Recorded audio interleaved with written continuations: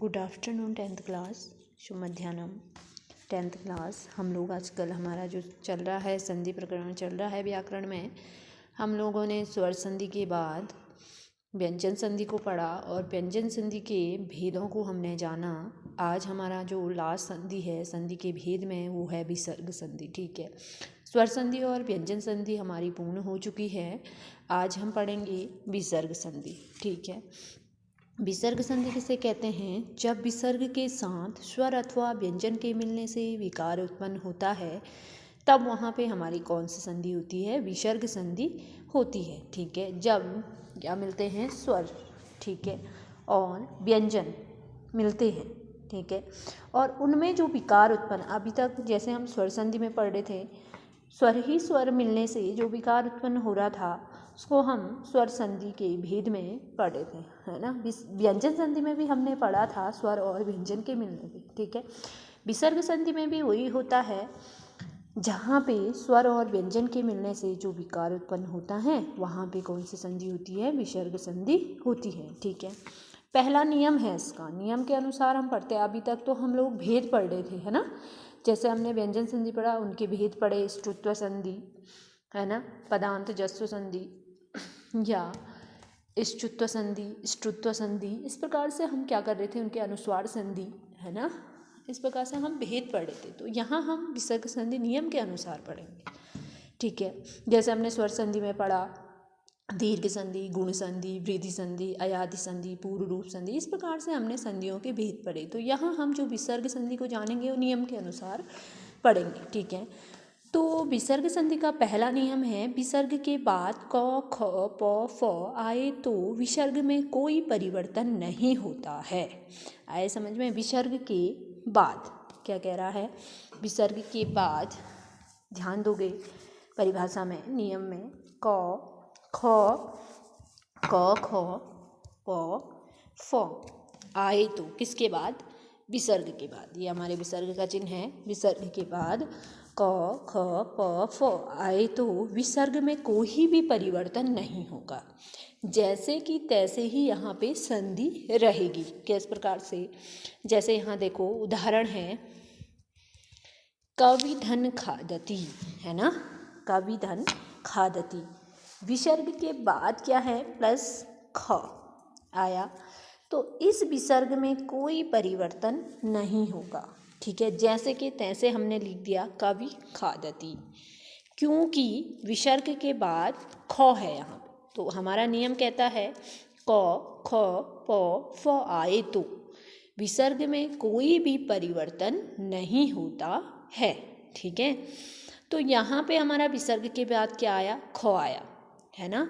तो यहाँ पे कोई परिवर्तन नहीं हुआ। यहाँ तो ये विच्छेद था इसलिए यहाँ पे प्लस का चिन्ह आ गया। ठीक है, हम संधि करते हैं तो कभी खादती सेम, है ना, पूर्ण संधि की हमने तो कोई परिवर्तन हुआ नहीं। यहाँ प्लस का चिन्ह तो इसलिए हट गया, वो तो विच्छेद में किया गया है ना, तो यहाँ पे सेम रहा, है ना। अगला है हरिधन पठती, अब प आया है तो प भी आया है तो इसमें कोई परिवर्तन नहीं होगा। यहाँ पे जितने चार वर्ण आएंगे तो विसर्ग में कोई भी परिवर्तन नहीं होगा। तो सीधा हमने लिखा हरि पठती, लिख दिया। फिर है रविधन क्रीडति, है ना, रविधन क्रीडति, क है यहाँ पे तो फिर भी विसर्ग में कोई परिवर्तन नहीं, सीधा रवि क्रीडति। ठीक है, वृक्षाधन फलती, ठीक है, तो यहाँ पे लिखा हमने वृक्षा फलती, सेम लिख दिया क्योंकि यहाँ पे फ आया है तो जो चार वर्ण दिए गए हैं विसर्ग के बाद उनका वो आते हैं, तो विसर्ग में कोई भी परिवर्तन नहीं होता है। ये विसर्ग संधि का पहला नियम है। दूसरा नियम क्या है इसका? विसर्ग के बाद चौ, छ आए तो विसर्ग के स्थान पर सौ हो जाता है। अब ध्यान, नियम को अगर हम याद कर लें, जैसे हम परिभाषा को याद करते हैं उसी प्रकार हमको नियम को याद करना होगा, तभी हम संधि कर सकते हैं, है ना। तो दूसरा नियम क्या है? विसर्ग के बाद चौ, छ आए तो विसर्ग के स्थान पर सौ हो जाता है। विसर्ग के स्थान पे क्या हो जाता है? सौ हो जाता है। जब क्या आए? विसर्ग के बाद चौ और छ आया, समझ में? तो यहाँ पे विसर्ग के बाद क्या है? तपह धन चर्या, है ना, तपह विसर्ग है, चौ है, तो इसका क्या बन जाएगा? यहाँ पे तालव्य सकार बन जाता है। ठीक है, तपः दिनचर्या तपश्चर्या। ठीक है, अगर विसर्ग के बाद चौ आए और छौ आए तो यहाँ ये तालव्य सकार यहाँ पे बन जाएगा।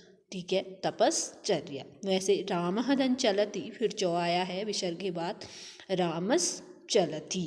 ठीक है, षष्ठ धन छलति, अब यहाँ पे क्या आया, छौ आया, षष्ठस चलती। ठीक है, तो यहाँ पे दूसरा नियम था, विसर्ग के बाद चौ और छौ आए तो विसर्ग के स्थान पे तालव्य सकार हो जाता है। ठीक है, तीसरा नियम है इसका विसर्ग संधि का, यदि विसर्ग के बाद टौ ठौ आए तो विसर्ग का सौ हो जाता है। अब यहाँ पे मूर्धन्य सकार कह रहा है, जब विसर्ग के बाद टौ और ठौ आए तो विसर्ग का क्या हो जाता है, मूर्धन्य सकार हो जाता है। जैसे धनुः धन टंकारः। ठीक है, धनुः विसर्ग है और फिर क्या आया है, टौ, तो धनुष टंकारः। ये शब्द बहुत बार पेपरों में पूछ लिया जाता है, धनुष टंकारः में कौन सी संधि, तो आपने क्या लिखना है, विसर्ग संधि। हमें नियम याद है कि धनुः धन टंकारः होता है और विसर्ग के बाद यहाँ पे टौ आया है तो इसका मतलब से सौ बना है यहाँ पे मूर्धन्य सकार, इसका मतलब यहाँ पे विसर्ग संधि हो गई। अगला दुष्टः धन ठगति। ठीक है, तो यहाँ पे बन जाएगा दुष्टस ठगति, क्योंकि ठौ आया यहाँ पे भी। तो दूसरा नियम था, तीसरा नियम था हमारा, यदि विसर्ग के बाद टौ ठौ आए तो विसर्ग को सकार हो जाता है। कौन सा, मूर्धन्य सकार। ठीक है, अगला नियम है हमारा, विसर्ग के बाद तौ और थौ आए तो विसर्ग का अब यहाँ पे कौन सा सकार हो जाता है, दंत सकार। ठीक है, तौ और थौ आए तो, ठीक है, तो इसका कौन सा सकार हो जाता है, दंत सकार हो जाता है। ठीक है, जैसे कः धन तनोति, विसर्ग के बाद क्या आया है, तौ आया, तो कस तनोति। ठीक है, कस, ये यहाँ पे अर्ध सकार आया तो हमने क्या लिख दिया, कस तनोति।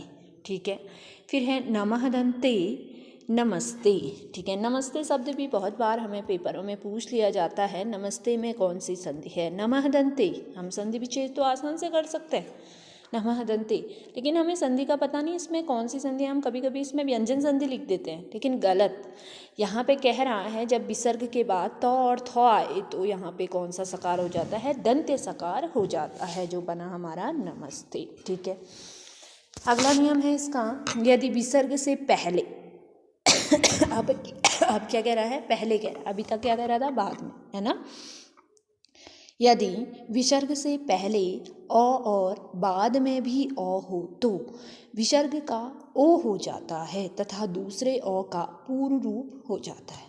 आया समझ में, जो पहला वाला अ है उसका तो दोनों को मिला करके पहला और दूसरों को ओ हो जाता है, तथा पहला वाला अ को तो हमारा यहाँ पे ओ हो जाएगा और दूसरे वाले अ का पूर्व रूप हो जाएगा, जो पूर्व रूप हम संधि में ऐसा आकृति के हम अ पढ़ते हैं। ठीक है, जैसे बालकः धन अस्ति, बालकः, क के बाद अ उच्चारण है प्लस अस्ति अ है तो यहाँ पे ओ बन गया और फिर क्या हो गया है, ऐसा आकृति का पूर्व रूप अ हो गया है, तो बालक धन अस्ति, बालको अस्ति।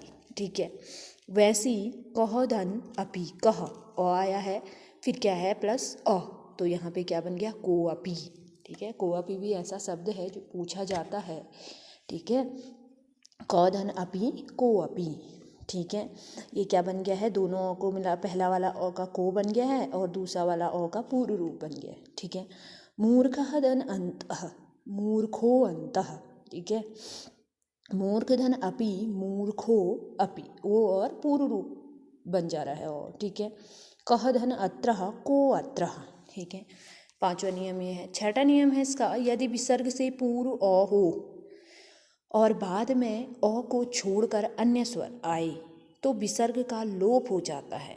ये कह रहा है अगला नियम, यदि विसर्ग से पहले अ हो, ठीक है, और बाद में अ को छोड़कर अन्य स्वर हो, आ हो सकता है, ई हो सकता है, ऊ हो सकता है, ए हो सकता है, इस प्रकार से स्वर हो सकते हैं, तो यहाँ पे विसर्ग का क्या हो जाता है, लोप हो जाता है, विसर्ग हट जाता है। ठीक है। जैसे बालकः अ उच्चारण है, फिर क्या है, अन्य स्वर आ है, तो यहाँ पे विसर्ग का क्या हो गया है, लोप हो गया है, सीधा से सीधा बन गया है बालक आगच्छति।